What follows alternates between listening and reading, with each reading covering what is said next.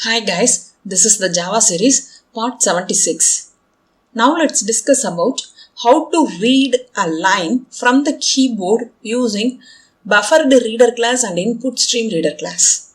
Okay, in the last session we have discussed about how to read a character from the keyboard using the BufferedReader and InputStreamReader class, isn't it? So what is the usage of InputStreamReader class? It is used to convert data in bytes into data in characters. Am I correct? It extends the abstract class reader. Okay, what is the usage of BufferedReader class? It is used to read the text from a character-based input stream. It can be used to read a character by read method. It can be used to read data line by readLine method. Okay, it inherits reader class.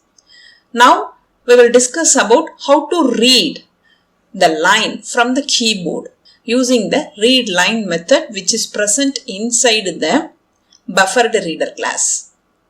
Okay, let's see this example. Here I have imported BufferedReader class, InputStreamReader class, input-output exception class. Okay, all are present inside the java.io package. And this is my class, readStr. Inside this class I have the main method. Okay, I have used the throws keyword. The main method might throw the input-output exception because inside this method we have used the BufferedReader and InputStreamReader class.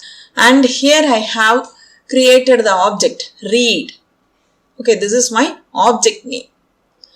For InputStreamReader class, this is the parameterized constructor.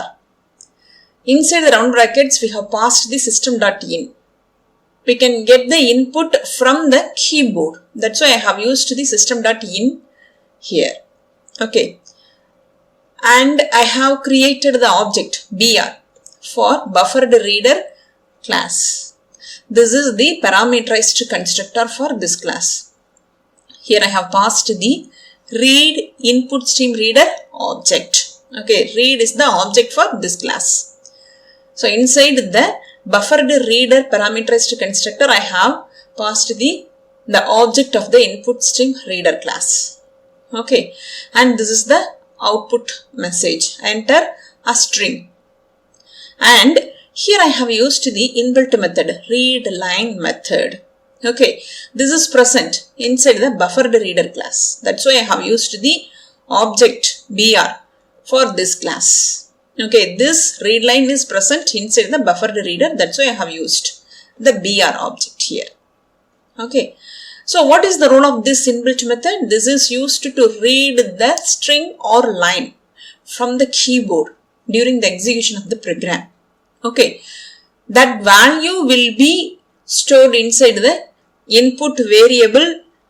Data type is string. Okay, readLine method returns the string value only. So that string value will be stored inside the variable, that's data type is string. Okay, and the stored input value will be displayed with the help of the print method. Okay, on our console. I hope you all understood about the execution flow of this program. Okay. In the last session, we have used the read method from BufferedReader class.